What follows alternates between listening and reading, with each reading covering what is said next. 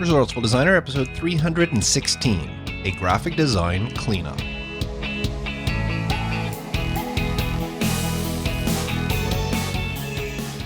Welcome to the Resourceful Designer podcast, offering solutions to streamline your graphic and web design business so you can get back to designing. And now, your host, who likes to think outside the box, Mark Decote. Yes, that is true, but I'm sure the same can be said about you. I mean, isn't a creator's obligation to think outside the box? We wouldn't be very good creators if we didn't, don't you think? Anyway, before I get to the main topic, I want to give a quick shout out to Jeremy, a newer member of the Resourceful Designer community. Jeremy joined the community only 3 months ago, intending to finally start his design business, something he had been thinking of doing for a long time, but for some reason had never moved forward with. Well, Jeremy said he joined the community because he needed accountability and inspiration to help him on his journey. And in the few months that he's been a member, he's made amazing strides. I've seen his confidence and determination grow as myself and other community members have helped, encouraged, and coached him at every step. And this week, Jeremy met with his first potential web client, someone who isn't a friend or a family member. He met them through a networking event, something that he wasn't comfortable with, but was determined to do. And it looks like the client is ready to move forward with his first official project.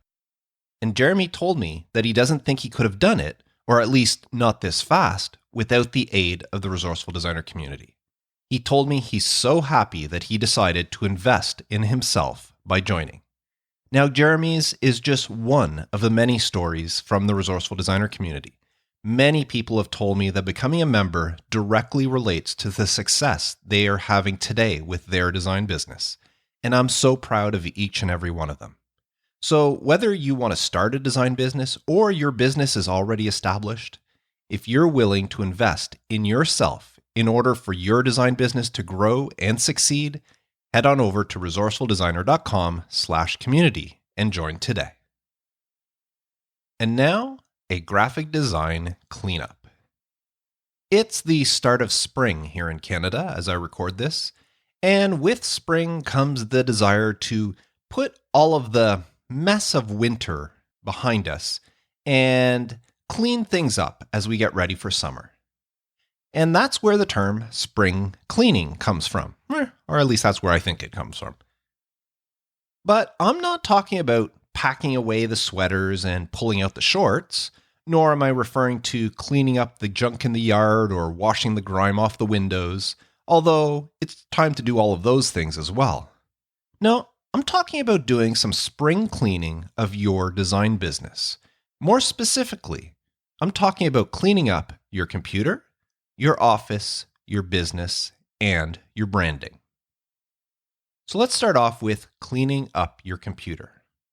Now is a great time to look over your computer and see what you can clean up. Now, the first thing I suggest you look at is your backup strategy.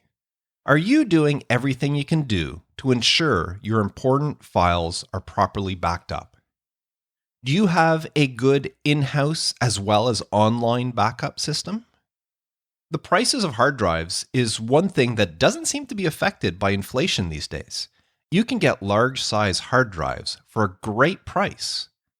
Paired with Time Machine on a Mac or whatever the equivalent solution is for Windows or Linux, and you can ensure that you always have your backups on hand. Now, for your online backups, I recommend Backblaze. It's a much more reliable backup system than, say, Dropbox, OneDrive, or Google Drive. And at priced as low as $65 US per year, it makes peace of mind very affordable. Now, if you're interested in Backblaze, visit resourcefuldesigner.com/Backblaze. That is an affiliate link. I want to be fully transparent. If you do use that link to purchase Backblaze, I do make a small amount of money through the sale. Now, speaking of backups, when was the last time you actually double-checked to ensure that your backup files were actually backing up? I'm sure you'd hate to have something happen only to discover that your most recent backup is months, if not years old. Whatever backup strategy you're using, take a couple of minutes this week, or better yet, today, to make sure that your backups are functioning and are recent. After backups, you should look at your client files. Clients come and go, so do design projects, and after a while, you tend to accumulate a lot of outdated and even redundant files on your computer. Take some time this spring to look through your client files and see if there's anything you can get rid of. Delete or move files off of your computer for any client who isn't in business anymore. If you want to keep something for nostalgic sakes, then keep the finished files, which are often smaller in size. There's no reason to keep large working files for something that you'll never use again. And if you do insist on keeping them, find a way to get them off your computer. Now, the same is true for old projects from active clients. If you don't think you'll ever need them again, then get them off your computer. They're just wasting space. And all those stock image files that you accumulate, did you know that once you download a stock image file from whatever platform you get it from, you can always re-download them at any other time without ever paying again? Once you purchase them, they're yours. So there's no reason to keep them on your computer. If you ever need them again, just download them again. Now, beside your client files, one thing that can easily get out of hand in your business is your client list, especially if you tend to do a lot of one-off projects for clients that you may never see again. Now, depending on what system you use to keep track of your clients, you may want to divide them into active and inactive categories. That's the way I do it, and it makes it so much easier to manage if you don't have to scroll through dozens or even hundreds of past clients to find the ones you're looking for. So in my case, any client I've done work for in the past 2 years is considered an active client. Anybody I haven't done anything for in over 2 years, they go into the inactive section, and I don't have to look through them unless they contact me again. So cleaning up your client lists can save you a lot of time. Now, once you're done with your clients, you may want to look at your mail. Now, you may not realize just how much hard drive space email takes up, especially in our field of business where attachments weigh in at multiple megabytes. And over time, they can really add up. Now, chances are that you save any attachments you receive to their respective client folder. It's a smart thing to do. But that means that you now have 2 copies of each attachment on your computer, the ones that are in the client folders and the ones still attached to those emails. The same goes for attachments you send to clients. At least on a Mac, I know that it makes a duplicate copy and stores it in the library folder of your preferences on your Mac anytime you attach something to an email. And this can quickly add up. Now, you can easily clean this up by simply highlighting a group of emails, maybe an entire folder, entire client mailbox or whatever, just highlighting a bunch of emails and telling your email client to delete the attachments. There's no sense having them in 2 spaces on your computer. Now, continuing on with mail, another thing you may want to clean up is email lists that you're subscribed to. It's gotten to the point now in 2023 where you can't enter your email anywhere without being subscribed to some sort of email list. And that's not counting the ones that you're somehow got subscribed to that you don't remember giving your email to. So take a few minutes to see what's in your inbox that you don't really need and unsubscribe from them. If you get emails that you just keep deleting without reading every time they come in, what's the point? Just unsubscribe. Now, if you want to make it easy, have a look at a service like unroll.me.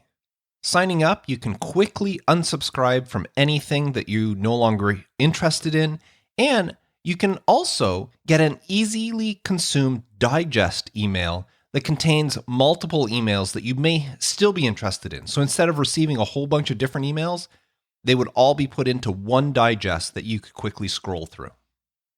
Once again, that's at unroll.me.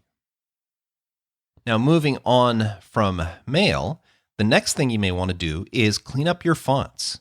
As of last year, 2022, Adobe software no longer supports PostScript version fonts.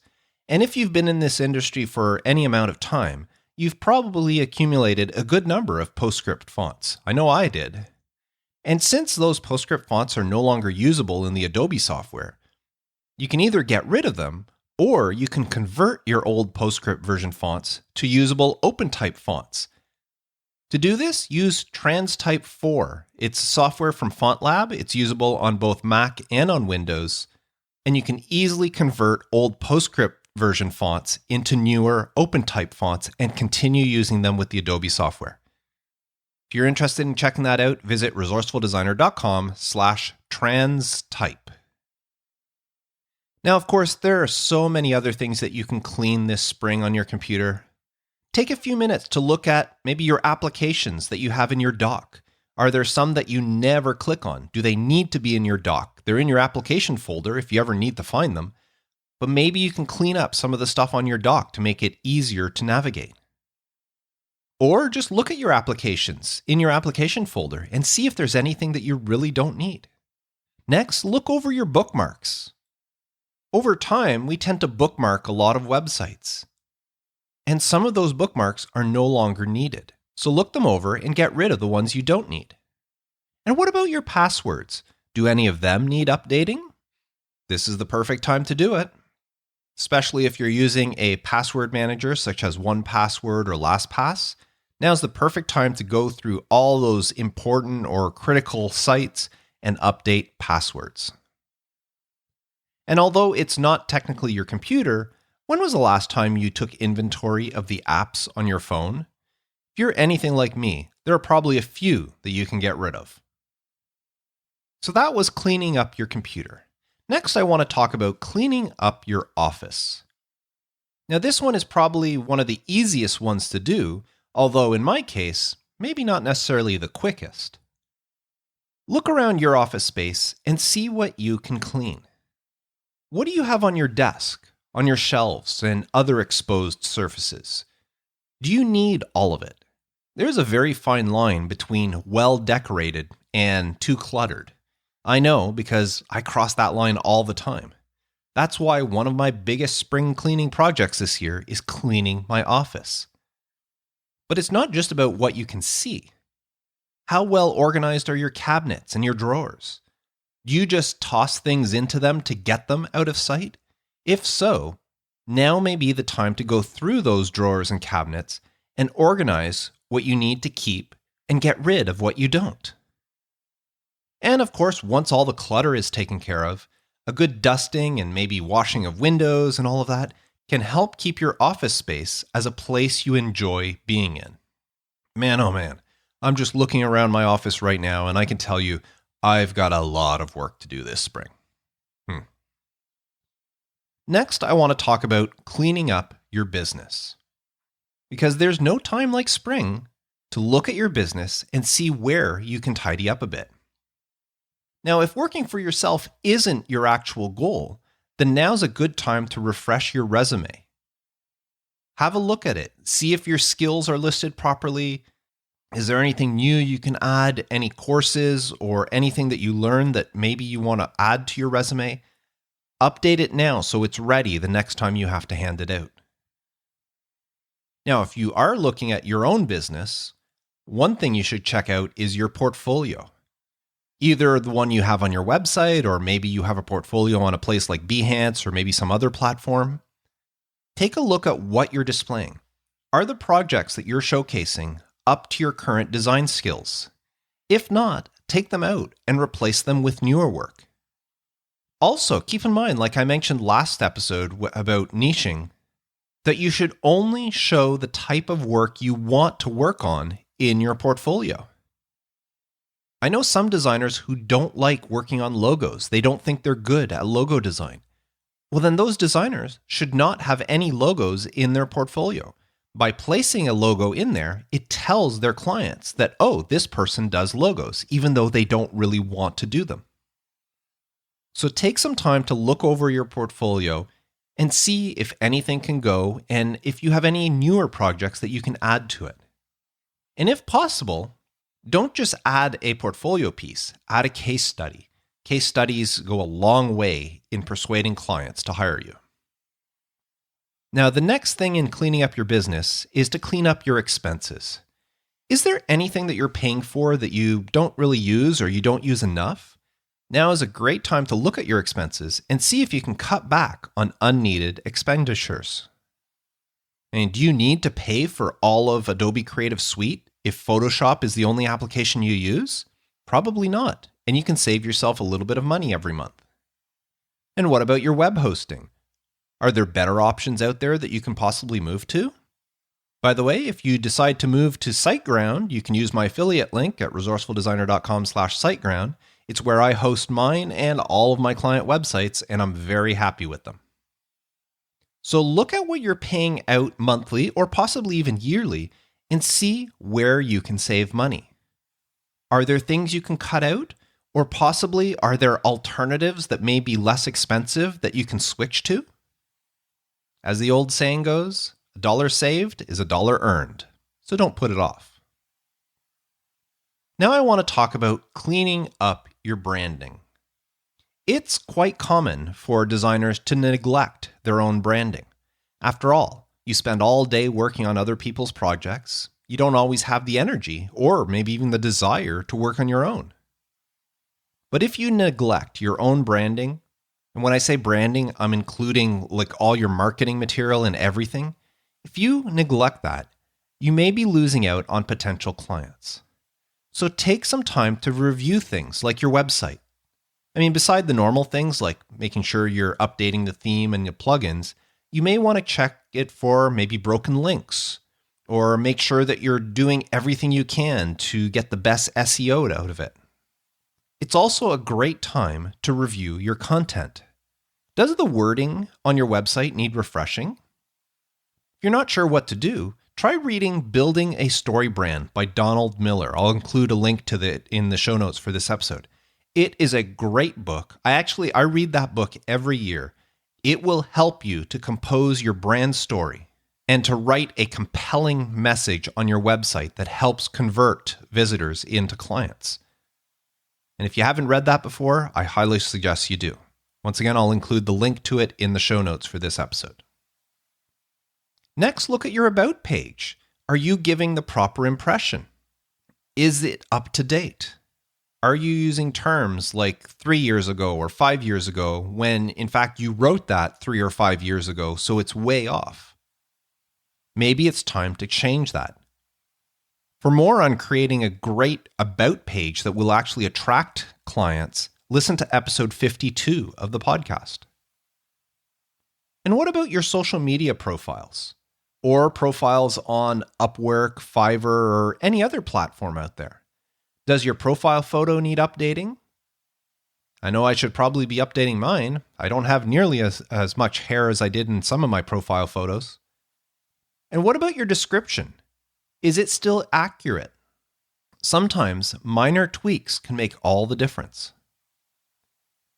So there you have it. Spring cleaning for your computer, your office, your business, and your branding. Now, of course, there are many, many more things that you can clean. I only touched a little bit on the surface here. And of course, everyone's environment is different. But you get the idea. Spring is in the air, and the desire for freshness comes with it. And that can start with a little bit of cleaning on your part. Ensuring your workspace is a clean and enjoyable place to work can go a long way in helping you succeed. So get cleaning.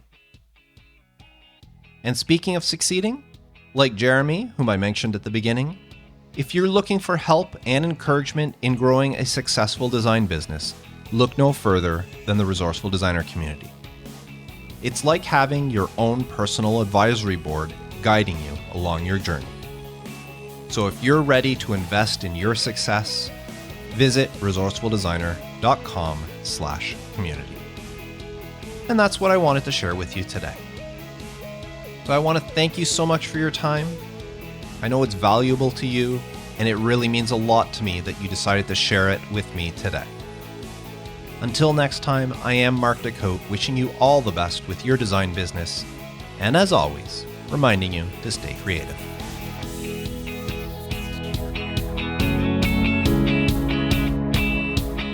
Thanks for listening to the Resourceful Designer Podcast at resourcefuldesigner.com.